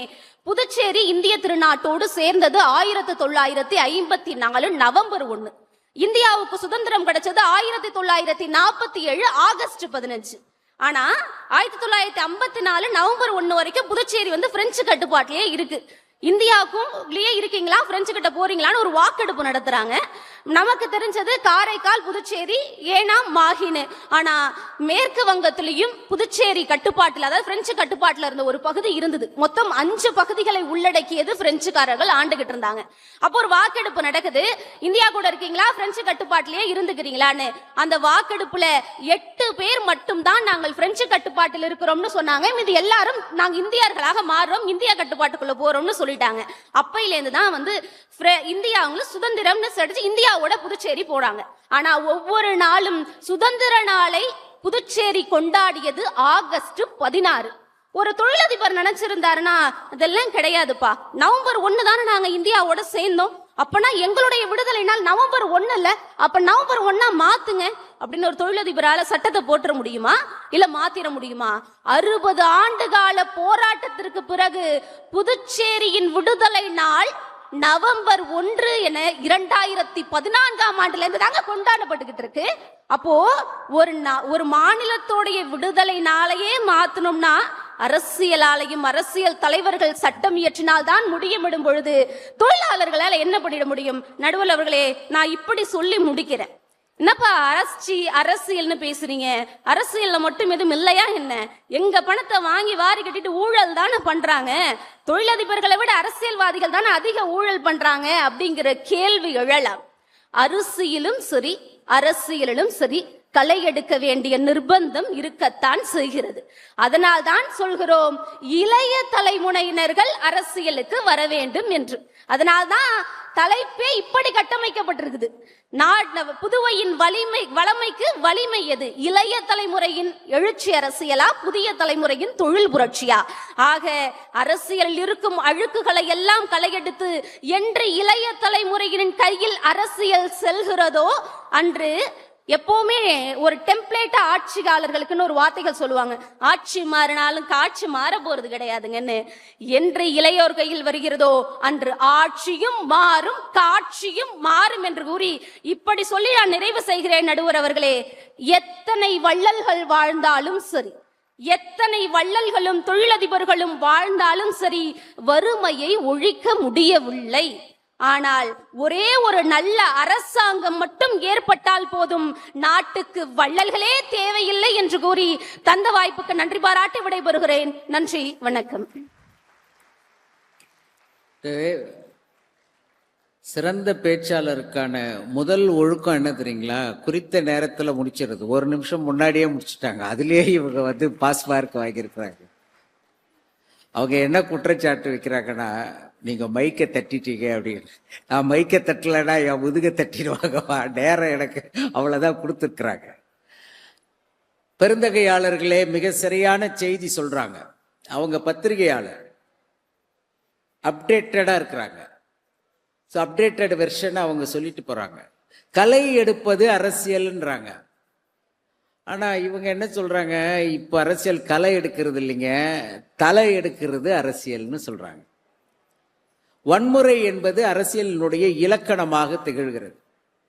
அப்படி இருக்கிற பொழுது இளைஞர்கள் அரசியலுக்குள்ள நுழையலாமா அப்படின்னா, அந்த குரலில் ஒரு வித்தியாசம் இருக்கிறதுங்க. எழுச்சியும் வீழ்ச்சியும் இருக்கிறது. அதுல வச்சுதான் அரசியல் வன்முறை அரசியலாக அறிவிடுகிறதா, அறம் சார்ந்த நெறிமுறை அரசியலா இருது. இப்ப நான் சாந்தாமணி அக்கா மாதிரியே ஒரு செய்தி சொல்ற மாதிரி. இப்ப ஒரு பையன் வீட்டுக்கு லேட்டா வரான். நல்லா கவனிச்சுக்கிங்க, வீட்டுக்கு லேட்டா வரான். பாண்டிச்சேரியில நடக்கிற சம்பவம். ஏன்பா லேட்டுன்னு அம்மா கேட்டுச்சுன்னா அது நலன் விசாரணை. ஏப்பா லேட்டுன்னு அப்பா கேட்டாருன்னா அது புலன் விசாரணை. இப்போ இளைஞர்களினுடைய அரசியல் நலன் விசாரணையாக இருக்கிறதா அல்லது புலன் விசாரணைக்கு உட்படுத்தப்பட போகிறதா என்பதை பேசுவதற்காக தமிழ்ச்சுடர் முனைவர் எழிலரசி அவர்கள் வருகிறார். 7 நிமிஷம் போயிட்டு. உலகத்தில் அவரவர் உங்களை நன்றாக உணர்ந்து நகைச்சுவையாளரும் சிந்தனையாளருமான ஈரோடு மகேஷ் என்ன சொல்றாருன்னா, அந்த ட்ரெயின் ஓடிக்கிட்டே இருக்கணும், அபாய சங்கிலின்னு ஒன்று இருக்கு, அதை குடிச்சு இழுங்க அப்படின்னு சொல்லியிருக்கிறாரு. அதனால அபாய சங்கிலி மேல நான் கை வச்சுட்டேன். சொல்லுங்க. உலகத்தில் அவரவர் பேசுகிற மொழி அவரவருக்கு தாய்மொழி. உலகத்தில் அவரவர் பேசுகிற மொழி அவரவருக்கு தாய்மொழி. உலக மக்களுக்கெல்லாம் தாய்மொழியாக எந்த மொழியாக வேண்டுமானாலும் இருக்கலாம். ஆனால் அத்தனை மொழிக்கும் ஒரே தாய்மொழி, அது தமிழ் மொழிதான் என்கிற காரணத்தினால் தாயாம் தமிழை வாழ்த்தி வணங்கி, பல்துறை வித்தகராக, வழக்கறிஞராக ஒரு முகம், ஆன்மீகத்தில் ஒரு முகம். நேர சப்ஜெக்ட் போயிடலாம். இந்த நேரத்தை எல்லாம் நீங்கள் எடுத்துக்கொள்ள கூடாது என்று பணிவோடு கேட்டு, இப்படி பல்துறை வித்தகராக அமர்ந்திருக்கும் நடுவர் பெருந்தகை அவர்களே, எங்கள் நிகழ்வை கண்டுகளித்து பிறகு உங்களை எல்லாம் கலகலப்பாக பேசி சிந்திக்க வைப்பதற்காக வருகை தந்திருக்கக்கூடிய என் அன்பு தம்பி மகேஷ் அவர்களே, பேச்சாளர் பெருமக்களே, அத்தனை பேரையும் வணங்கி மகிழ்ந்து, நடுவர் அவர்களே, எங்கள் அருமை அண்ணன் தொழிலதிபர் அண்ணன் இளம் தலைமுறையின் அரசியல் எழுச்சியேன்னு பேசிட்டு அந்த பக்கம் கை கட்டி உட்கார்ந்து இருக்கிறார் பவ்யமா. அவரே ஒரு தொழிலதிபர், அவரே அணி மாதிரி பேசிட்டு இருக்கிறாரு. ஒரு தொழிலதிபர் எங்க அணிக்கு இல்லையா நீங்க உட்கார்ந்து இருக்கணும்? அந்த அணியில உட்கார்ந்தது இல்லாம 10வது மாடியில இருந்து பையன் சத்துட்டான்னு கீழே விழுந்து 7வது மாடி வரும்போது தான் பையனே இல்லைன்னு தெரிஞ்சிருக்கு. அண்ணே, அரசியலுங்கிறது வேற ஒண்ணு இல்ல, குழப்பம். அவர் பேசும்போதே சொன்னாரு, எனக்கு ஒரே பதட்டமா இருக்குதுன்னாரு. அரசியலுங்கிறதே பதட்டம், ஆனால் தொழிலுங்கிறது அப்படி கிடையாதுங்க. அதுல என் தம்பி வரும்போது ஹாலுக்குள்ள என்டர் ஆகும் போது நான் ரொம்ப உங்களை எல்லாம் பார்த்து ஆச்சரியமா சொன்னேன், பரவாயில்ல, சாப்பாட்டுக்கு பிறகும் நிறைய ஆடியன்ஸ் ஆடிட்டோரியத்துல ஃபுல்லா அமர்ந்திருக்கிறாங்கன்னு. அதுக்கு என் தம்பி சொல்றான், சதீஷ் பாண்டிச்சேரினாலே ஃபுல்லா தானே இருப்பாங்கங்கிறான். எனக்கு என்ன ஆச்சரியம் அப்படின்னா, நீங்க கரெக்டா அணி தேர்வு பண்ணிருக்கீங்க. அந்த அரசியல் சார்ந்து பேசுகிற தொழிலதிபரை அந்த பக்கத்துல உட்கார வச்சீங்க. இந்த பக்கம் திரும்பி பாருங்க, பெண்கள் நாங்க 2 பேரும் உட்கார்ந்து இருக்கிறோம். எப்பொழுதுமே பெண்கள் உண்மையைத்தான் பேசுவோம். இத நான் சொல்லல, பட்டை திட்டிய கவிஞன் பாரதிதாசன் சொல்றான். பெண்ணா யாரு தெரியுமா? அதுலயும் சிவப்பா இருக்கிற பொம்பளைங்க உண்மையதான் பேசுறாங்க. நன்றி நடுவர் அவர்களே. சோலை மலரே, ஸ்வர்ணத்தின் வார்ப்படமே, காலை இளஞ்சூரியனை காட்ட வந்த பழிகுருவே, வன்மை உயர்வு மனிதர் நலமெல்லாம் பெண்மையினால் உண்டென்று பேச வந்த பெண்ணழகேன்னா. அப்போ நாங்க பெண்கள் உண்மை பேசுறதுக்காக உட்கார்ந்து இருக்கிறோம். ஆனா அந்த அம்மாவும் அப்படிதான் பேசணும் நான் எதிர்பார்த்திருந்தேன். ஆனா சின்ன பிள்ளைங்கிறத பேச்சுல வெளிப்படுத்திருச்சு பாருங்க. அந்த பிள்ளை சொல்றாங்க, ஒரு கட்டடம் இருக்குதுன்னா அந்த கட்டடம் தான் தொழிலாம், அந்த அடித்தளம் தான் அரசியலாம். யாருமா சொன்னாங்க உனக்கு? நீ இன்னும் நல்லா அனுபவம் வந்தாதான் உனக்கு புரியும். கட்டடம் தொழில் இல்ல, அடித்தளம் அரசியல் இல்ல. அமெரிக்காவின் அதிபராக ட்ரம்ப் அந்த பதவியில உட்கார்றதுக்கே எங்க தொழிலதிபர் இலான் மஸ்க் தாங்க காரணம். நீங்க தொழில்னா என்ன சாதாரணமா நினைச்சிட்டீங்க தொழிலதிபர்களை? ஒரே ஒரு விஷயம் தாங்க. இன்றைக்கு நாம் நம்முடைய சமூக ஆர்வலர், நம்முடைய அன்பு ஐயா சார்லஸ் மார்ட்டின் ஐயா அவர்களுடைய இந்த விருதுகள் வழங்கக்கூடிய விழா. விருதுகள் ஏன் வழங்குறாங்க அப்படின்னு கேட்டா, அது ஒரு ஊக்கப்படுத்துவது, உற்சாகப்படுத்துவது. பொதுவா வீட்டுல மனைவி சமைச்சாங்கன்னா கணவன் 2 வரி பாராட்டணும். அன்னைக்கு ஒரு அம்மா உப்புமா கஷ்டப்பட்டு உப்புமா செஞ்சு வீட்டுக்காருக்கு தட்டுல போட்டுட்டு கேட்டாங்க, ஏங்க உப்புமா எப்படி இருக்குன்னு. இப்ப இவருக்கு ஒரு யோசனை, நல்லா இருக்குன்னு சொன்னா 2 கரண்டி தட்டுல வச்சிருவா, நல்லா இல்லைன்னு சொன்னா அந்த கரண்டியாலே 2 வைப்பா. இப்ப என்ன சொல்லலாம்னு யோசிச்சார். நான் சொன்னேன், இந்த மாதிரி எல்லாம் நீங்க பண்ணக்கூடாது, எப்படி இருந்தாலும் பெண்களுடைய சமையலை நீங்க பாராட்டணும்னு இதே மாதிரி ஒரு மீட்டிங்ல பேசினேன். அதை கேட்டுட்டு அவர் வீட்டுக்கு போயிருக்கிறார், ஒரு முடிவு பண்ணி போயிருக்கிறார். இன்னைக்கு சமையல் எப்படி இருந்தாலும் பாராட்டிடுறதுன்னு. நல்ல மழை சீசனு, ராத்திரிக்கு அந்த அம்மா ரச சாதம் சுட சுட வச்சிருந்துருக்குது, வெறும் ரச சாதம். இவர் ஏன் மீட்டிங்கை கேட்டு போனாரா? போய் உட்காந்து, அமிர்தம் இது ரசமா, அடாடாடாடாடா இது தேவாமிர்தம் இல்லையான்னாரு. சொம்புல குடிக்க தண்ணி வச்சிருந்துச்சு பாரு அந்த அம்மா, அதை எடுத்து பொழுர்னு மண்டையில ஒரு போடு. ஏயா இவ்வளவு நாள் நான் சமைச்சு உனக்கு போட்டிருக்கிறேன், ஒரு நாள் இப்படி பாராட்டினது இல்ல, இன்னைக்கு உடம்புக்கு முடியலையேன்னு பக்கத்து வீட்டுல இருந்து ரசத்தை கடை வாங்கி வச்சு சுடு பண்ணி ஊத்துற, இன்னைக்கு நீ பாராட்டுவியோ அப்படின்னுச்சு. அப்படி இல்லைங்க, பாராட்டணும். மனைவி சமைச்சு போட்டா ஒரு சின்ன சின்ன விஷயத்துக்கு, பிள்ளைகள் படிக்கிறாங்களா பாராட்டணும், உற்சாகப்படுத்தணும். சமூக சேவை செய்கிறார்களா அவர்களுக்கு விருது கொடுத்து பாராட்டணும், சாதிக்கிறார்களா விருது கொடுத்து பாராட்டணும். அதைத்தான் நம்மளுடைய அன்பு தொழிலதிபர் சார்லஸ் மார்ட்டின் அவர்கள் இப்போது செய்து கொண்டிருக்கிறார்கள். ஊக்குவிக்க ஆள் இருந்தால், ஊக்குவிக்க ஆள் இருந்தால் ஊக்குவிற்பவனும் தேக்கு விற்பான் என்று கவிஞர் வாலி அவர்கள் சொல்லுகிறார்கள். நான் பாண்டிச்சேரிக்கு வரேன்னு சொன்ன உடனே என்னுடைய தோழி ஒருத்தவங்க இங்க இருந்து கால் பண்ணாங்க, அக்கா எப்போ வரீங்க? மத்தியானம் 1 மணிக்கு வந்துருவேன் தங்கம் அப்படின்னு. நீங்க ஹோட்டல்ல எல்லாம் போய் சாப்பிடாதீங்க அப்படின்னாங்க. சே, இப்படி இல்ல ஒரு அன்பான தங்க இருக்கணும். சரிப்பா வந்துடுறேன் வீட்டுக்கு. ஐயோ வீட்டுக்கு வராதீங்க, நான் வீட்டுல இல்ல. ஏமா நீயும் வீட்டுல இல்ல, ஹோட்டல்லையும் போய் சாப்பிட வேணாங்கிற, நான் எங்கிட்டு தான் போய் சாப்பிடுறதுன்னு. அதுக்கு அந்த அம்மா சொல்லுச்சு, கவலையா படாதீங்க, நம்ம மார்ட்டின் சார் ஆபீஸுக்கு போங்க, சாப்பாடுன்னா சாப்பாடு அப்படி இருக்கும் சாப்பாடுன்னார். எனக்கு என்ன தெரியுமா மனசுக்குள்ள, அப்படியாப்பான்னு. ஆமாக்கா, உங்களுக்கு ஒரு ஈஸி, அங்க போனீங்கன்னா ஃபுல் மீல் நோ பில். நமக்கு அது போதாதா? ஆனால் நான் சொன்னேன், இந்த முறை முடியல, அடுத்த முறை வந்துடுற மத்தியான சாப்பாட்டுக்கு. என்ன சாப்பாடு போடுறதுங்கிறது உலகத்திலேயே தீராத நோய் எது என்று கேட்டால் பசி என்கிற நோய் தான். இன்னொருடைய உயிரை தன் உயிர் போல் எண்ணுகிறவர் தான் சமூக ஆர்வலராகவே இருக்க முடியும். எனவே அவருக்கு நம்முடைய பாராட்டுகளையும் வாழ்த்துக்களையும் சொல்லிக்கொண்டு, நடுவர் அவர்களே, ஒரு விஷயத்தோட நான் நிறைவு செய்யலான்னு ஆசைப்படுறேன். நம்ம இந்த மண்ணுல நிக்கிறோம், புதுச்சேரியினுடைய மண்ணுல. இந்த மண்ணுக்கு என்ன தெரியுமா சிறப்பு? ஒரே ஒற்றை சொல்லில் ஒரு கவிதை சொல்லுன்னா புதுச்சேரின்னு சொல்லிடலாம். ஏன்னா கவிதை நம் முண்டாசு கவிஞன் பாரதியும் பட்டை திட்டிய கவிஞன் பாரதிதாசனும் வார்த்தெடுத்த மண் இந்த புதுச்சேரி மண் என்கிற காரணத்தினால் இது தமிழுக்கு உயர்வு தந்த மண். பாரதி சொல்லுகிறார், இளைஞர்களை நோக்கி சொல்லுகிறார், நீ என்ன தெரியுமா செய்யி? திறமை கொண்ட தீமையற்ற தொழில் புரிந்து யாவரும் தேர்ந்த கல்வி ஞானம் எய்தி வாழ்வோம் இந்த நாட்டிலேங்கிறார். தொழில் முதல்ல பண்ணு, ஒரு தொழிலதிபராகவே, அப்புறம் நீ என்ன வேணா பெண்ணுங்கிறார். என்ன பொருளை சம்பாதிக்கிறதுங்கிறது ரொம்ப முக்கியங்க. நாம இன்னைக்கு உலகத்துல சூரியன் மறையாத பேரரசு என்று ஒரு நாட்டை சொல்லுகிறோம். அந்த நாடு எது தெரியுங்களா?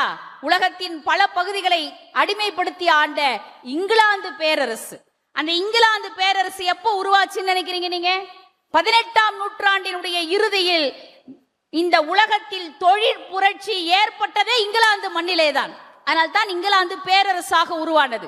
ஜெர்மன் பேரரசு, இத்தாலி பேரரசு, ஏன் பிரான்ஸ் பேரரசு, அமெரிக்கா சூப்பர் பவராக இன்றைக்கு இருப்பதற்கு காரணமே 18ஆம் நூற்றாண்டில் ஏற்பட்ட தொழிற் புரட்சி தான் என்று வரலாறு பதிவு செய்திருக்கிறது. என் அன்பிற்குரிய அந்த அணியிலே வரக்கூடியவர்களுக்கு சொல்லுகிறேன், அரசியல் புரட்சிக்கு வித்திடுவதே தொழிற் புரட்சி தான் என்பதை இந்த பேரரசுகள் நமக்கு அறிவிக்கிறது.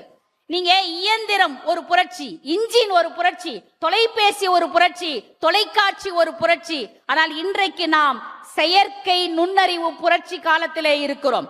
4ஆம் தொழிற்புரட்சி காலம் என்று சொல்லக்கூடிய 4th இண்டஸ்ட்ரியல் ரெவல்யூஷன்ல இன்றைக்கு நாம் நின்று கொண்டு பேசுகிறோம். Artificial intelligence, AI, robotics, internet, தரவியல், உயிரியல் தொழில்நுட்பம் என்று இன்றைக்கு இளைஞர்கள் முன்னெடுத்திருக்கிறார்கள். இந்த ரேஸ்ல, இந்த 4th இண்டஸ்ட்ரியல் ரெவல்யூஷன்ங்கிற இந்த ரேஸ்ல எந்த நாடு முன்னேறுகிறதோ அந்த நாடுதான் வருங்காலத்தில் வல்லரசாக இருக்கும் என்றால் என் இந்திய இளைஞர்கள் நிச்சயம் இந்தியாவை வல்லரசாக இந்த நாட்டை மாற்றி காட்டுவார்கள். அதற்கு தொழில் புரட்சி வேணும். நடுவர் அவர்களே, இப்போதெல்லாம் எனக்கு கனவிலே பேய் வருவதே இல்லை. பேய்க்கு பதிலாக ஒருவர் வருகிறார், அமெரிக்க அதிபர் ட்ரம்ப். அவர் என்ன பண்ணுவார், எப்படி பண்ணுவார், எதை பண்ணுவார்னு அவருக்கே தெரியாது.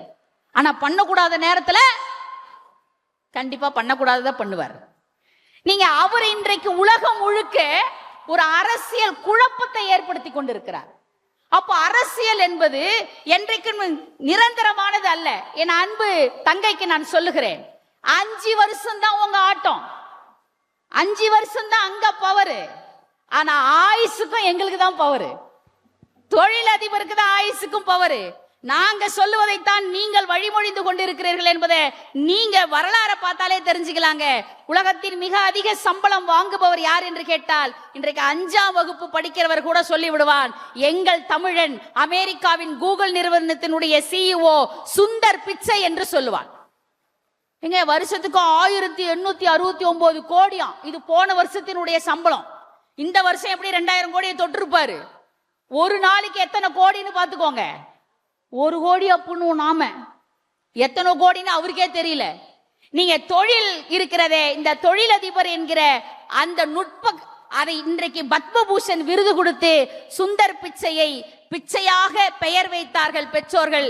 இன்றைக்கு பில்லியனாராக உலகம் மாற்றி இருக்கிறது என்றால் தொழிலதிபர் தான். இன்னும் ஒரு முக்கியமான விஷயம், இதை சொல்லி நான் உண்மையில் நிறைவு செய்கிறேன். நீங்க தொழில் புரட்சி செய்த ஒரு மிகப்பெரிய சாதனை என்ன தெரியுங்களா? இந்த மண்ணுல பெண்கள் வேலைக்கு போனதே தொழில் புரட்சிக்கு அப்புறம் தான். வேலைக்கு ஆட்கள் வேண்டும் போது வீட்டுக்குள்ளே பெண்ணை பூட்டி வைப்போம் என்ற விந்தை மனிதர் தலை கவிழ்ந்தார் பாருங்க. அந்த பெண்கள் வேலைக்கு சென்றார்கள். ஆண் பெண் சமத்துவம் பிறந்தது. ஆண் பெண் சமத்துவம் பிறந்தது. பெண் விடுதலை என்கிற விழிப்புணர்வே அப்புறம் தான் வந்துச்சு. அப்போ இந்த தொழில் புரட்சி தான் வீட்டை மட்டுமல்ல நாட்டையும் சிந்திக்க வைக்கும். இந்த புதுச்சேரி மண்ணிலங்க செகண்ட் ஹேண்ட்ல ஒரு தையல் மிஷின், ஒரே ஒரு தையற்காரர், 2 ஹெல்ப்புக்கு 2 லேடிஸ், ஒரே ஒரு பேட்டர்ன் டிசைன் பண்ற மாஸ்டர், இப்படி 4 பேரை வச்சு ஒரு தொழிலை தொடங்கினாங்க. வெறும் 4 பேர் தான். செகண்ட் ஹேண்ட் மிஷின் வேற. ஆனால் இன்றைக்கு அவர்களுடைய வருமானம் என்ன தெரியுங்களா? 9 கோடிங்க. இதை நான் ஏன் இவ்வளவு அழகா சொல்றேன் தெரியுங்களா?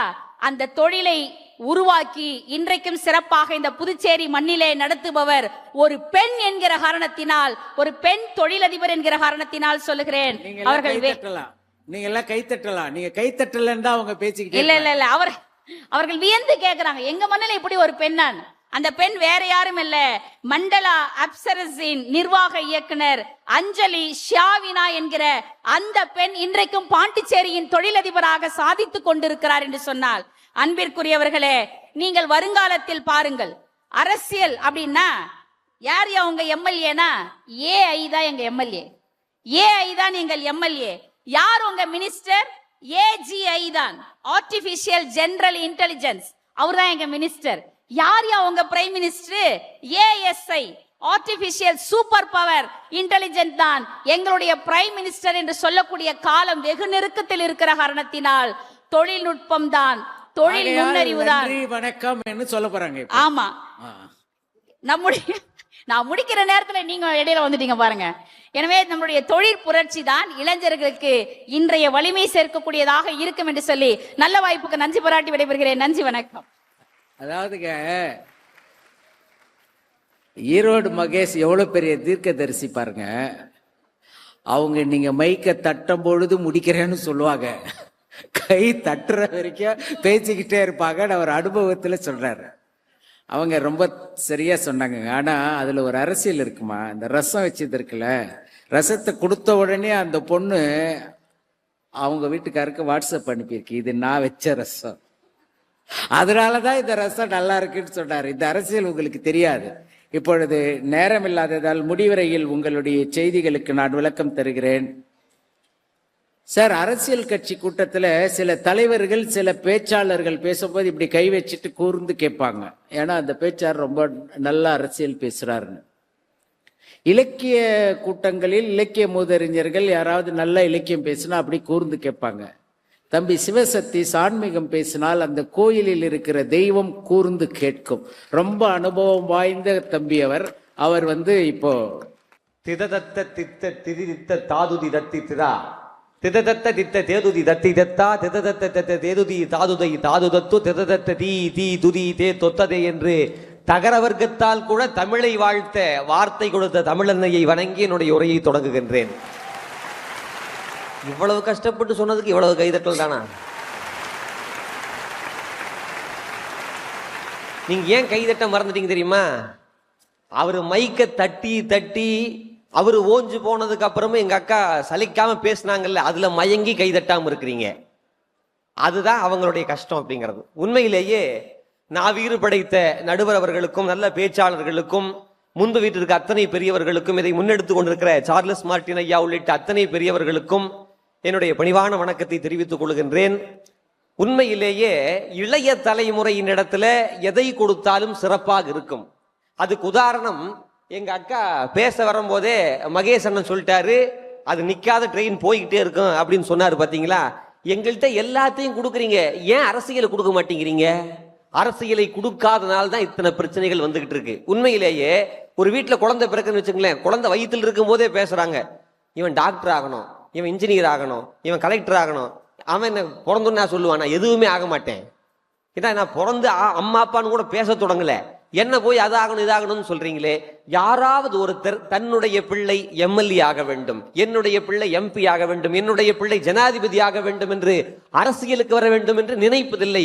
காரணம், அரசியலை கண்டால் பயம். எங்களிடத்தில் கொடுத்து பாருங்கள், கொடுத்து பாருங்கள். உண்மையிலேயே அரசியல் என்பது சரியான ஒரு பாதை.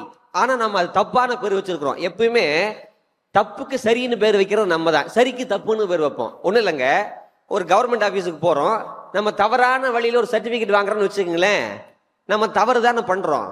ஆனால் அதுக்கு என்னென்னு சொல்லுவோம், நான் 500 ரூபா கொடுத்து கரெக்ட் பண்ணிட்டோம். உண்மை இல்லையா? நம்ம செஞ்சது தப்பு, ஆனால் அதுக்கு கரெக்ட்னு பேர் வச்சிருப்போம். அந்த மாதிரி ஏதாவது ஒரு இடத்துல தவறு நடந்துச்சுன்னு வச்சுக்கங்களேன், அங்கே அரசியல் நடந்துருச்சுன்னு சொல்லுவோம். அது அரசியல் அல்ல, அங்கே தப்பு நடந்திருக்கு, அரசியல் நம்ம பேர் வைக்கிறோம். உண்மையிலேயே நாம் அரசியலை புறக்கணித்தால் புறக்கணிக்கப்பட வேண்டியவர்களால் நாம் ஆளப்படுவோம். அதனால சரியான அரசியல் கற்றுத்தரப்பட வேண்டும். அது குறிப்பாக எங்களுடைய இளைஞர்கள் கையிலே வர வேண்டும். சரி, பெரியவங்க கையில் இருக்கிற அரசியலுக்கும் எங்களுடைய கையில் இருக்கிற அரசியலுக்கும் என்ன வித்தியாசம்? எங்க கையில ஒண்ணு கொடுத்தீங்கன்னா அந்த முடிவு எப்படி இருக்குன்னு ஒரே ஒரு உதாரணம் சொல்றேன். ஒரு 10 ஆண்டுகளுக்கு முன்னாடி ஒரு பெரிய பிரச்சனை நடந்துச்சு, ஒரு புரட்சி நடந்துச்சு. அக்காவும் புரட்சின்னு பேசிக்கிட்டே இருந்தாங்க. ஒரு புரட்சி, அதுக்கு பேரு மெரினா புரட்சின்னு பேரு. கேள்விப்பட்டிருக்கீங்களா?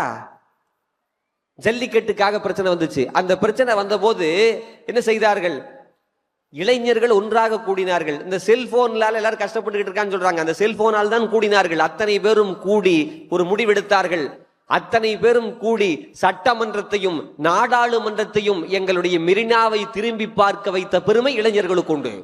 ஏன் உங்களுடைய 50 எம்பிக்களால் முடியாததை எங்களுடைய இளைஞர்கள் எங்கள் செல்போனில் இருக்கக்கூடிய 50 எம்பிக்களால் முடித்து காட்டினார்கள், மெகாபைட்டால் முடித்து காட்டினார்கள். அதுதான் இளைஞர்களுடைய மாபெரும் சக்தி அப்படிங்கிறது.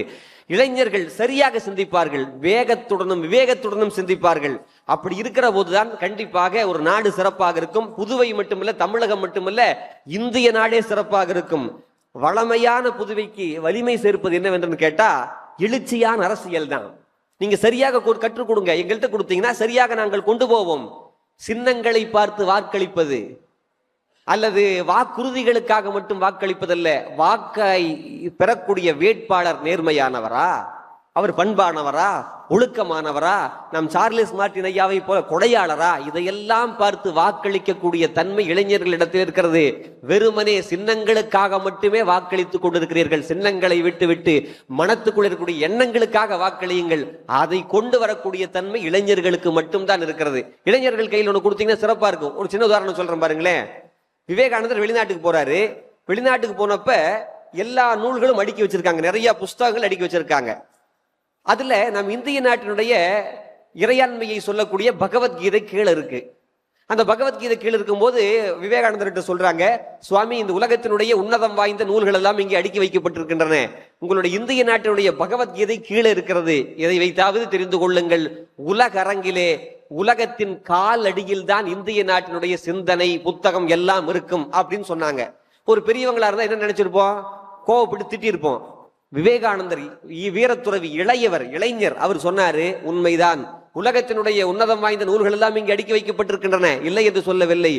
அத்தனை நூல்களையும் தாங்குகின்ற தன்னம்பிக்கையுடன் எங்களுடைய நாட்டினுடைய புத்தகம் தாங்கி நிற்கிறது என்று சொன்னார். என்று சொன்னால் மாற்றி யோசிக்கக்கூடிய தன்மை இளைஞர்களிடத்தில் இருக்கிறது. தொழில் புரட்சி எங்களால் எளிமையாக செய்துவிட முடியும். தொழில் செய்யறது பெரிய விஷயமா? இன்னைக்கு எல்லாத்துக்கும் வேலை கிடைக்குது, நாங்களே வேலையை உருவாக்கக்கூடிய அளவில் இருக்கிறோம். ஆனால் நாங்கள் எத்தனை நாளுக்குத்தான் வேலை செய்து கொண்டிருப்போம்? வேலை கொடுப்பவர்களாக மாற வேண்டும். எங்களுக்கு தொழிலாளிகளாக இருக்க விருப்பமில்லை, முதலாளிகளாக மாற விருப்பம். அந்த முதலாளிகளுக்கே சட்டம் பிரிவித்து நேர்மையாக இருக்க வேண்டும் என்று சாட்டை எடுத்து நாட்டை திருத்தக்கூடிய தன்மை எங்களுடைய இளைஞர்களிடத்தில் இருக்கிறது. அவர்களுக்கு கொடுங்கள், எங்களுக்கு கொடுங்கள், சரியாக அதை வழிநடத்துவோம். அதை சொல்வதற்காகத்தான் எங்கள் அணியில் 3 உங்கள் அணியில் 2 இருக்கிறீர்கள். உண்மையிலேயே தொழில் என்பது எல்லாராலும் செய்ய முடியும். தொழிலாளியா இருந்தா என்ன பண்ண முடியும்? தீபாவளி வந்தா நமக்கு போனஸ் கொடுப்பாங்களா அப்படின்னு அடுத்தவர்களுடைய கையைக்காக காத்துக்க கொண்டிருப்போம். அரசியலில் நாங்கள் சரியாக இருந்தால் அனைவருக்கும் போய் சேருகிறதா என்று பார்த்து அனைவருக்கும் சகலருக்கும் சமம் என்கிற தன்மையை உணர்த்தக்கூடியவர்களாக நாங்கள் இருப்போம். அதன் காரணமாக வளமையான புதுமைக்கு வலிமை சேர்ப்பது இளைய தலைமுறையின் எழுச்சி அரசியலே. அந்த எழுச்சி அரசியலுக்கு இளைஞர்கள் வர வேண்டும். அரியாசனத்தை பற்றி மட்டுமே பெரியவர்கள் கவலைப்பட்டு கொண்டிருக்கிறார்கள். இளைஞர்கள் மட்டும்தான் அரியா ஜனங்களை பற்றி கவலைப்படுவார்கள். அந்த இளைஞர்கள் கையிலே அரசியலை கொடுங்கள். நம்முடைய அரசியல் என்பது சாக்கடையாக இல்லாமல் பூக்கடையாக மாறும் என்று சொல்லி விடைபெறுகின்றேன். நன்றி, வணக்கம். ரொம்ப அறிவியை போல அமைதியாக பேசியிருக்கிறார். இந்த கருத்து குறித்தும் நான் திருப்புரையிலே சொல்றேன். நான் ஒரு செய்தி சொல்றேன் பாருங்க. வடிவேலு சினிமால நடித்த அந்த திரைப்படங்கள்ல நீங்க கதாநாயகி எல்லாம் மறந்துட்டு இருப்பீங்க. இன்னைக்கும் உங்களுக்கு அந்த நகைச்சுவை மட்டும் அப்படியே ஞாபகம் இருக்கும். வடிவேல் திரைப்படத்துறையில் மிக அழுத்தமான ஒரு முத்திரையை பதித்திருக்கிறார். அதுபோல் பட்டிமன்றத்தில் மிக அழுத்தமான முத்திரையை எங்களுடைய மூத்த சகோதரர் மோகன சுந்தரத்திற்கு பிறகு, ஈரோடு மகேஷுக்கு பிறகு ஒரு பெண்மணியாக சாந்தாமணி அவர்கள் பதித்திருக்கிறார்கள். நான் இன்னொரு மாதிரி கூட சொல்லலாம், மும்மூர்த்திகள்னு சொல்லலாம். ஏன் இவங்க மும்மூர்த்திகள் அப்படின்னா, சார் வந்தாங்களா, நம்ம சொல்லி கவலையை மறந்து சிரிச்சாங்களா, அவ்வளவுதான் சார் எங்களுடைய மந்திரம் என்று மந்திரத்தை உபதேசித்த மும்மூர்த்திகள் மோகனசுந்தரம், ஈரோடு மகேஷ், சாந்தாமணி அவர்களை நான் இப்பொழுது அழைக்கிறேன். ஆனால் அவர்களுக்கும் 7 தான் நிமிடம். காலத்தினுடைய அருமை கருதி நடுவர் உள்ளிட்ட அவைக்கு என்னுடைய பணிவான வணக்கங்களை சொல்வதிலே நான் மகிழ்ச்சி கொள்கின்றேன். அரசியல் தான் பேசுற 3 பேரை பார்க்கும்போது நடுவர் அவர்களே உண்மையிலே எனக்கு பரிதாபமா இருக்குதுங்க. ஒரு அலுவலகத்துல மதிய உணவு வேளையில 3 ஆண்கள் சாப்பிட்றதுக்காக வந்து உட்கார்ந்து தன்னுடைய டிஃபன் பாக்ஸை ஓபன் பண்ணாங்க. ஒரு டிஃபன் பாக்ஸ்ல இட்லி இருந்தது, அவர் முகம் ஜொலிச்சுட்டே சாப்பிட்டாரு. இன்னொரு பாக்ஸ் இன்னொருத்தர் திறந்தாரு, அதுல உப்புமா இருந்தது, அவரு சலிச்சுட்டே சாப்பிட்டாரு. இன்னொரு டிஃபன் பாக்ஸ்ல சப்பாத்தி இருந்தது. இப்ப 3 பேரும் சேர்ந்து ஒரு முடிவு பண்ணாங்க, நம்ம வீட்டு அம்மணிகளுக்கு தினந்தோறும் இதை தவிர்த்தா வேற எதையுமே செஞ்சு தர்றதில்ல, இன்னைக்கு போய் கண்டிஷனா சொல்றது, நாளைக்கு இதே இட்லி சப்பாத்தி உப்புமாவை கொடுத்தீங்கன்னா மேலிருந்து கீழே உளுந்து தற்கொலை பண்ணிக்குவேன்னு சொல்றதுன்னு 3 பேர் முடிவு பண்ணாங்க. வீட்டுல போய் சொன்னாங்க மனைவி கிட்ட. அடுத்த நாள் இதே மாதிரி மதிய உணவு வேளையில அவங்க டிஃபன் பாக்ஸ திறந்தாங்க. ஏதோ மனைவி மாறு பயந்து கொஞ்சம் அச்சப்பட்டு ஏதாச்சும் உணவை மாத்தி கொடுத்துருப்பாங்கன்னு பார்த்தாங்க. எந்த மனைவியும் மாத்தல. அதே சப்பாத்தி, அதே உப்புமா, அதே இட்லி. இட்லி பாக்ஸ திறந்தவன் என்ன பண்ணா, சொன்ன வாக்க காப்பாத்தணும்னு போய் மாடியிலிருந்து கீழே விழுந்து தற்கொலை பண்ணிட்டான். உப்புமா பாக்ஸ திறந்தவன் என்ன பண்ணுனா, இன்னைக்கும் உப்புமாவா போனா எட்டி குதிச்சா தற்கொலை பண்ணிட்டான். சப்பாத்திக்கார எதையுமே யோசிக்கல, அவனும் போய் கீழே விழுந்து தற்கொலை பண்ணிட்டான். 3 பேரோட மனைவி ஓடி வந்தாங்க, சொல்லி சொல்லி அழுதாங்க. என் வீட்டுக்காரர் சொல்லுவாரு ஆனா செய்ய மாட்டாரு, நேத்தே சொன்னாரு இட்லி தராதேனாரு, ஒரு வார்த்தை நான் மாத்தி செஞ்சிருந்தா என் வீட்டுக்காரர் செத்திருக்க மாட்டாருன்னு இட்லி கொடுத்த அம்மனி அழுதுச்சு. உப்புமா கொடுத்த அம்மனியும் சொல்லிச்சு, வெட்டி வாய் தான் என் வீட்டுக்காரரு, செய்ய மாட்டாரு, ஆனா இப்படி செய்வாருன்னு தெரிஞ்சிருந்தா நான் மாத்தி கொடுத்துருப்பனேன்னு அழுதுச்சு. அந்த சப்பாத்திக்காரனோட மனைவி, இவர் தான் மாவு எடுத்தாரு, இவர் தான் மாவை பிசைஞ்சாரு, இவர் தான் சப்பாத்தி சுட்டாரு, அப்புறம் ஏன் இவர் கீழே விழுந்து செத்தாருன்னு அந்த அம்மா கேட்டுச்சு. உங்க அரசியல் இப்படித்தான், என்ன செய்யறோங்கிறத தெரியாத ஒரு குழப்பத்திலேயே தான் உங்க அரசியல் கொண்டு போய் சேர்க்கு. ஆனா எங்களுடைய, நல்லாவே கைதட்டுங்க, எங்களுடைய தொழில் அப்படி இல்லை. இந்த சகோதரி ஒன்னு சொல்லும் போது சொன்னாங்க பாருங்க, அரசியல் இல்லாமல் தொழில் இல்லைன்னு சொன்னாங்க. நடுவர் அவர்களே, இதை நான் வன்மையா கண்டிக்கிறேங்க. ஏன், பாலித்தீவுன்னு ஒரு தீவு இருக்குது, அந்த தீவுக்கு போய் பாருங்க, அங்க கட்டி இருக்கிற வீடுகளுக்கு முன்பக்கமும் கதவு இருக்கு, பின்பக்கமும் கதவு இருக்கு, நிறைய அறைகள் இருக்கு, அந்த அறைகளுக்கும் கதவு இருக்கு. ஆனா அந்த பாலித்தீவுல இன்னைக்கு வரைக்கும் கழிவறை கதவை மட்டும் சாத்துவாங்களே தவிர மற்ற கதவுகளை பூட்டியதாக வழக்கமே இல்லை. அவங்க வீட்டை விட்டு தொழிலுக்கு வெளியில போகும்போதும் கூட வீட்டை கதவை, எந்த கதவையும் போட்ட மாட்டாங்க. என்ன காரணம் தெரியுங்களா? அவங்க ஒரே ஒரு புத்தகத்தின் மீது செய்து கொடுத்த சத்தியம்தான், பகவத்கீதையின் மீது அவர்கள் செய்து கொடுத்த சத்தியம், பிறருடைய பொருளை ஒரு பொழுதும் திருட மாட்டேன்னு சொல்லி அவங்க செய்து கொடுத்த சத்தியம் தாங்க இன்னைக்கு வரைக்கும். நீங்க பாலிக்கு மகேஷுக்கு தெரியும், அடிக்கிற தடவை போயிட்டு வர மகேஷுக்கு தெரியும், அங்க காவல் நிலையம் கிடையாது, நீதிமன்றம் கிடையாது, எந்த அரசியல்வாதியும் அந்த பாலித்தீவில இல்லைங்கிறதாங்க நிதர்சனமான உண்மை. அப்புறம் என்ன நீங்க சொல்றீங்க, அடிப்படை தான் அரசியலா, அதுக்கு மேல வர்றதுதான் தொழில் அப்படின்னு சொன்னீங்களே. நான் கேட்கிறேங்க நடுவர் அவர்களே, ஒரு காலத்துல நாம எதை நம்பி வாழ்ந்தோம்? வேளாண்மையை நம்பி வாழ்ந்தோம், வேளாண்மை தான் நம்முடைய தொழில் இருந்தோம். ஆனா இன்னைக்கு பாரதிதாசன் சொன்ன மாதிரி அறிவை விரிவிசை அகண்ட மார்க்கு விசால பார்வையால் விழுங்குன்னு சொன்ன மாதிரி இன்னைக்கு எப்படிங்க மாறி போயிருக்குது? இந்த 21ஆம் நூற்றாண்டு விஞ்ஞான கண்டுபிடிப்புகள் நூற்றாண்டுங்க. என்ன காரணம்? மனிதனுக்குள்ள இருந்த அறிவுங்க. குகையில வாழ்ந்துட்டு இருந்தவன் எல்லாம் இன்னைக்கு கூகுள்ல வாழ்ந்துட்டு இருக்கிறா. இலைதலைகளை கட்டிட்டு இருந்தவன் எல்லாம் இன்னைக்கு இன்டர்நெட்ல வடிவமைச்சு ஃபேஷன் டிசைன் கட்டுறா. காடுகள்ல வாழ்ந்துட்டு இருந்தவன் எல்லாம் இன்னைக்கு கம்ப்யூட்டர்ல வாழ்றான்னு சொன்னா என்னங்க காரணம்? மனிதனுடைய அந்த அறிவு தாங்க காரணம். இங்க பாரதியும் கூட கனவு கண்டா, காசி நகர் புலவர் பேசுமுறை காஞ்சியில் கேட்பதற்கு கருவி செய்வோம்னா. இன்னைக்கு கேட்கறதுக்கு மட்டும் கருவி இல்லைங்க, ஆள் எங்க இருக்குதுன்னு பாக்கறதுக்கும் கூட கருவி கண்டுபிடிச்சிருக்கிறோம் இல்ல. என் வீட்டுக்காரரும் கூட எனக்கு கூகுள் தான் பேர் வச்சிருக்காருங்க. ஏன்னா எங்க இருந்தாலும் கண்டுபிடிக்கிறோம் இல்ல. ஒண்ணு இல்ல, எனக்கு 2 பிள்ளைங்க. இந்த மாதிரி நிகழ்ச்சிக்கு வந்துட்டு அவர்கிட்ட ஒப்படைச்சிட்டு வந்துருவேன். வந்த இடத்துல இருந்துட்டு ஒரு போன் பண்ணுவேன், சொல்லுமா எங்க இருக்கீங்க? வீட்டுலதான் இருக்கமா. எங்க நம்ம வீட்டு மிக்சிய போடுங்க. ஒரு நம்பிக்கைக்குதான் அவர் போடுவாரு. தர்றன்னு ஓடு, நான் முடிவு செய்வேன் நம்ம மனுஷன் வீட்டுலதான் இருக்கிறாருன்னு. ஒரு நாள் மழை, நிகழ்ச்சி கேன்சல், நேரத்திலேயே வீட்டுக்கு போற, புள்ள மட்டும்தான் இருக்கிறா, இவரை காணோம். எங்க உங்க ஒப்பான? அட போமா, நீ பேசுறன்னு பேக்க தூக்கிட்டு ஒரு பக்கம் போ. நீ போன பிறகு அப்பா ஒரு கட்டப்பை எடுக்கிறாரு, அதுக்குள்ள மிக்சிய தூக்கி வைக்கிறாரு. அவர் எங்கேயோ ஒரு பிளக் பாயிண்ட் தேடிட்டு போறாரு. இன்னைக்கு போக முடியுங்களா? அறிவார்ந்த அந்த தொழில் வளர்ச்சி தானே. என்ன வந்து சொல்லிட்டு இருக்கிறீங்க? அதுலயும் சகோதரி வேற ஒன்னு சொன்னாங்க பாருங்க, நாங்கள் நினைத்தால் எங்களுடைய தொழில் அதிபரை மாற்ற முடியாது, ஆனால் மக்கள் நினைத்தால் ஒரு அரசியல் தலைவரை மாற்ற முடியும் கேட்டீங்களே. நான் கேட்கிறேன், அப்புறம் எதுக்குமா 5000 10,000 கொடுக்கறீங்க? 5000 10,000 எதுக்கு கொடுக்கறீங்க?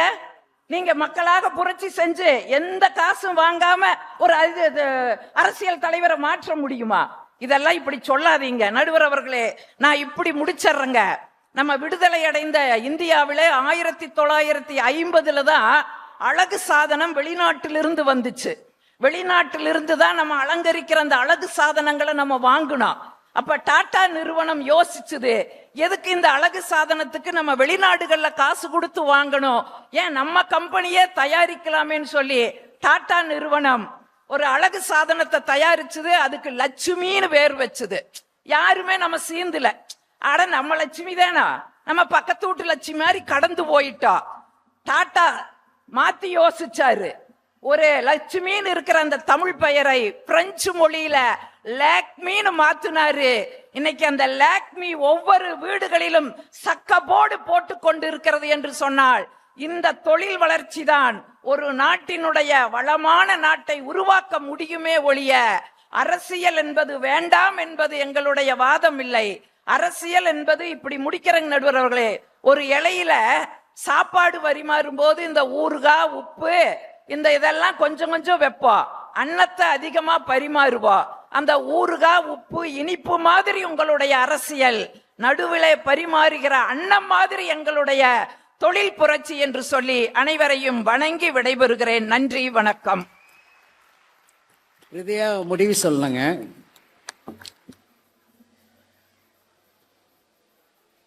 எம்சி வந்து what she want to convey அப்படின்னு எனக்கு தெரியல. She is aware about the agenda or time schedule, அதுவும் எனக்கு தெரியல. எனக்கு 60 நிமிடம் சொல்லியிருக்கிறார்கள், இப்பொழுது 57 நிமிடம் ஆகியிருக்கிறது. அவர்கள் சும்மா சும்மா மேடைக்கு வந்து ஒரு நிகழ்ச்சியை வந்து ஏன் அப்படி பண்றாங்கன்னு எனக்கு தெரியல. ஒரு தலைப்பினுடைய நோக்கம் ஒன்று இருக்கும், தலைப்பிற்கு பின்னால் அந்த தலைப்பால் இயங்கக்கூடிய நன்மை ஒன்று இருக்கும். இப்ப 2 தலைப்புகளை நாம் எடுத்து பேசி இருக்கிறோம். அரசியல் எழுச்சி வேண்டுமா, தொழில் புரட்சி வேண்டுமா என்று நாம் பேசி இருக்கின்றோம். காலத்தினுடைய சாட்சியாக அரசியல் எழுச்சியை பெற வேண்டும் என்பதற்காக இள ரத்தத்தோடு தொழில் புரட்சியாளராக இருக்கின்ற வணக்கத்திற்கும் போற்றுதலுக்கும் உரிய சார்லஸ் அவர்கள் இங்கு வருகை தந்திருக்கின்றார். சார்லஸ் மார்ட்டினுடைய அரசியல் அறநெறி பிறழாத அரசியல் தத்துவத்தை உடையதாக இருக்குமா இருக்காதா என்பது விவாதத்துக்கு உரியது. ஆனால் இளைஞர்களுடைய அரசியல் தேவையா என்றால் தேவை என்று உலகம் முழுவதும் நிரூபிக்கப்பட்டிருக்கிறது. இந்தியாவிலே மகாந்தா என்ற இளைஞன் அசாம் மாநிலத்திலே புரட்சியாளனாக வந்த பொழுது அவன் ஆட்சி கட்டிலை பிடித்தான், இளவயது. மமதா பானர்ஜி மேற்கு வங்கத்திலே ஆட்சியை பிடிக்க வந்த பொழுது 32 வயதிலே அவர் பாராளுமன்ற உறுப்பினரானார். இளம் வயதிலே தான் டெல்லியிலே நம்முடைய கெஜ்ரிவால் அவர்கள் ஆட்சியை பிடித்தார்கள். இளவயதில் வருபவர்களின் மீது சமூகத்திற்கு பெரிய நம்பிக்கை இருக்கிறது. அந்த நம்பிக்கைக்குரியவர்களாக அவர்கள் இருக்கிறார்களா என்றால், காலம் என்ன பதில் உரைத்திருக்கிறது என்றால், எவன் கரைப்படியாத கரத்திற்கு சொந்தக்காரனாக இருக்க முடியும் என்றால் அவன் பணத்தின் மீது பற்றற்றவனாக இருக்க வேண்டும், அல்லது பெரும் பணத்திற்கு சொந்தக்காரனாக இருந்து அவன் பணத்தின் மீது பற்றில்லாதவனாக இருக்க வேண்டும். அதனுடைய குறியீடு தாங்க பட்டினத்தார். பெரிய அரசனுக்கே கடன் கொடுத்தவனாக வாழ்க்கையை வாழ்ந்துவிட்டு இந்த பணம் எதுவும் தேவையில்லை, இந்த நாட்டில் அறநெறி நீடித்து இருக்க வேண்டும் என்பதற்காக துறவியாக போய்விட்ட பட்டினத்தாரை அடிப்படையாக கொண்டது இந்த பூமி.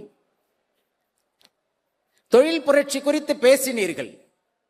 தொழில் புரட்சியிலே நிலைத்து நின்றவன் யார் என்றால், கட்டிலம் காலையாக 20, 25, 30 வயதுக்குள் இருக்கிற நம்முடைய சார்லஸ் மார்டின் போன்றவர்கள் தான் 3வது தலைமுறையில் பர்மாவுக்கு சென்றவர்கள், இலங்கைக்கு சென்றவர்கள், சிங்கப்பூருக்கு சென்றவர்கள், கம்போடியாவுக்கு சென்றவர்கள், மலேசியாவுக்கு சென்றவர்கள். நான் இப்படி ஒரு வரியில சொல்றேன் பாருங்க, உலகம் முழுவதும் தொழில் புரட்சியை செய்த ஒரே இனம் தமிழினம். தமிழர்கள் மட்டும்தான் உலகில பெரும் புரட்சியை செய்தவர்கள். இன்றைக்கு கீழடியில் ஒரு வரலாறு கிடைக்கிறது, தென்னாப்பிரிக்காவிலே இருக்கிற ஆங்கோவார்ட்டிலே ஒரு வரலாறு கிடைக்கிறது. என்ன காரணம்? அங்கெல்லாம் தமிழன் பரவி இருந்தான். 1000 ஆண்டு கால ராஜராஜ சோழனுடைய வரலாறு இருக்கிறது, உலகம் முழுவதும் பரவி கிடக்கிறது. மலேசியாவில் இருக்கிறது என்றால் தமிழன் அங்கிருந்தான். இவங்க பேசும்போது சொன்னாங்க, எழிலரசி அத்தனை மொழிகளுக்கும் தாய் தமிழ் மொழி. ஆனால் தமிழ் மொழி அவமானப்பட்ட கதையை சொல்லி நான் இப்படி தீர்ப்பு சொல்லுகிறேன் உங்களுக்கு. தக் லைஃப்னு ஒரு திரைப்படம் வந்ததுங்க. தக் லைஃப் திரைப்படத்தை முன்னிட்டு நடந்த வெளியீட்டு விழாவிலே நடிகர் கமலஹாசன் ஒரு கருத்தை சொல்லுகிறார், எங்கள் தாய் தமிழினுடைய பிறப்புத்தான் கன்னடம் என்று. உடனே அது கன்னட நீதிமன்றத்தில் வழக்காக வந்தது. கன்னட நீதிமன்றம் ஒன்னு சொல்லுச்சு, கமலஹாசன் என்ன ஆய்வாளரா? அவர் மொழி குறித்து பேசலாமா? பகிரங்கமாக அவர் மன்னிப்பு கேட்க வேண்டும், இல்லை என்றால் இந்த திரைப்படம் கன்னடத்தில் ஓடுவதற்கு நாங்கள் உத்தரவாதம் தர முடியாது. உடனடியாக கன்னட நடிகர் சங்கத்தினுடைய சபை சொன்னது 10 கோடி ரூபாய் நஷ்டம் வந்துவிடும் என்று. கமலஹாசன் நான் மன்னிப்பு கேட்க மாட்டேன் என்று சொல்லிவிட்டார். ஆனால் என்ன செய்தி தெரியுங்களா? அதுதான் நமக்கு முக்கியம். அந்த தொழில் புரட்சியும் அரசியல் எழுச்சியும் எங்க நிக்குது பாருங்க. அவர் இந்திய அரசியல் அமைப்பு சட்டம் கட்டமைத்து தந்த அந்த freedom of speech and expression article 9 subclause 1 subclause A சொல்லுகிறது, பேசுவதற்கான உரிமையும் பேசாததற்கான உரிமையும் எனக்கு இந்த சட்டம் தந்திருக்கிறது, நான் அதை பயன்படுத்துகிறேன் என்று உச்ச நீதிமன்றத்திலே போய் அவர் நின்றார். என்னுடைய உரிமையை சொன்னேன்.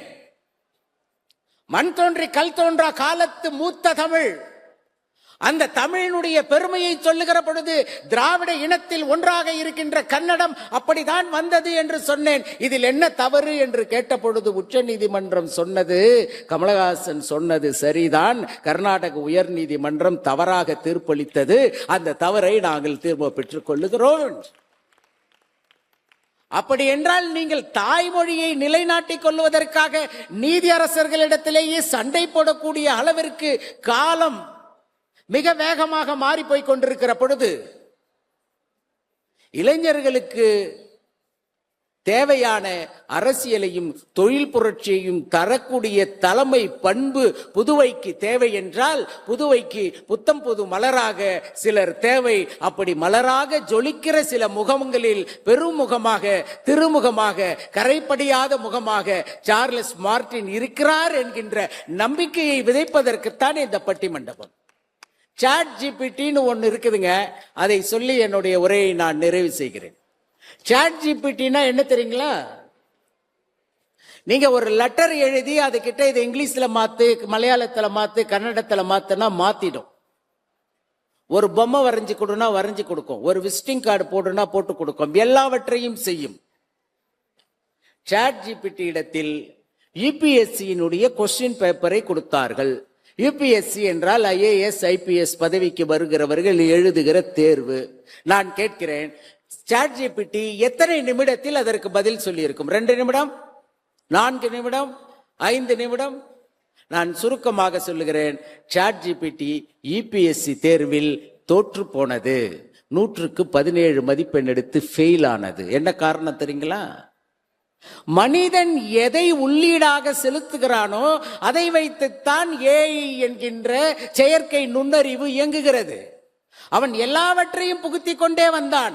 ஆனால் மிக மிக நுண்ணிய வினாக்களுக்கான பதிலை சிறந்த ஆய்வாளர்களும் கல்வியாளர்களும் தன்னகத்திலே வைத்திருந்த அதை கேள்வியாக வைத்த காரணத்தினால் அந்த கேள்வி இதற்கு முன்பாக கேட்கப்பட்டு அது அந்த கணிப்பொறியிலே உள்ளீடாக ஏற்ற முடியாததனால், அப்படி ஒரு அப்லோட் இல்லாததால் ChatGPT ஃபெயில் ஆனது.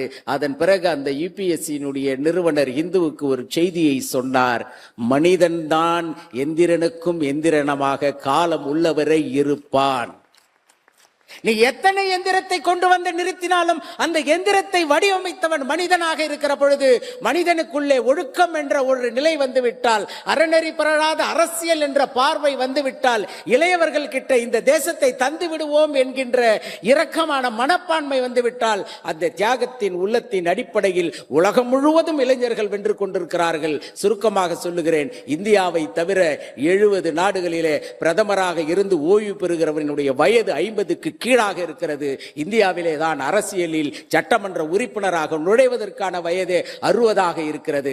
அதை மாற்றி வளமான புதுவைக்கு வலிமையான இளைய சக்தியை அடையாளம் காட்டுவதற்கு இது போன்ற விழாக்கள் வந்தால் வஞ்சனை இல்லாமல் சார்லஸ் போன்றவர்களை நாங்கள் கரம் பிடித்து உயர்த்தி காட்டுவோம் என்று கூறி, புதுவைக்கு தேவை சிறந்த மனிதர்களால் கையாளக்கூடிய அரசியல் யுக்தியும் தொழில் புரட்சியும் என்று கூறி அனைவருக்கும் நன்றி கூறி விடைபெறுகிறேன். வணக்கம்.